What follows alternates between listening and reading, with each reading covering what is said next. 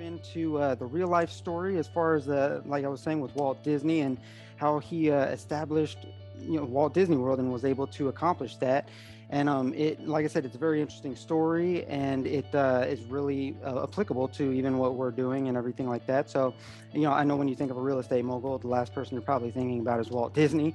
You're probably thinking Grant Cardone or Brandon Turner or somebody like that. But yeah, obviously, with the type of resources he had to back him, he had a lot of tax professionals and attorneys to assist him. But we're just going to go over the basic story of how he was able to acquire tens of thousands of acres of land for Disney World, and how you can actually do, a more simplified version for yourself to acquire your own land and your own properties and protect yourself at the same time.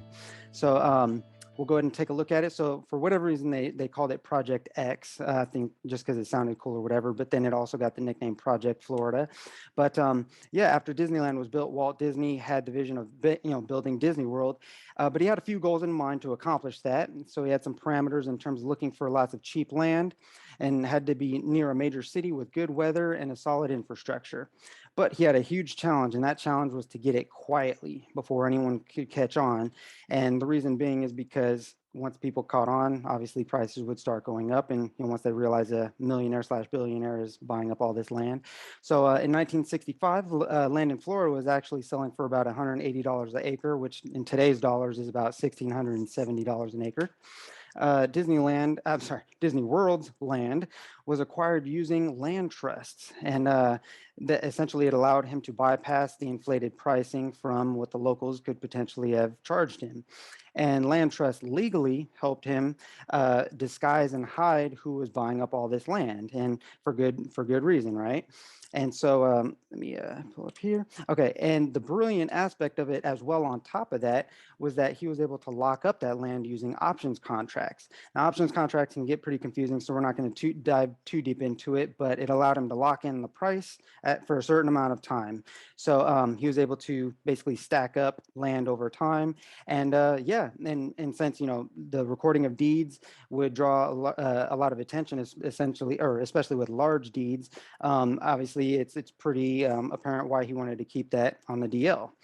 So yeah, and then like I said, so he essentially was able to buy tens of thousands of acres of land, and he needed a couple thousand that he didn't realize. And so I think he was able to get a couple thousand after the fact, but by that time prices had already jumped up over 1,000%.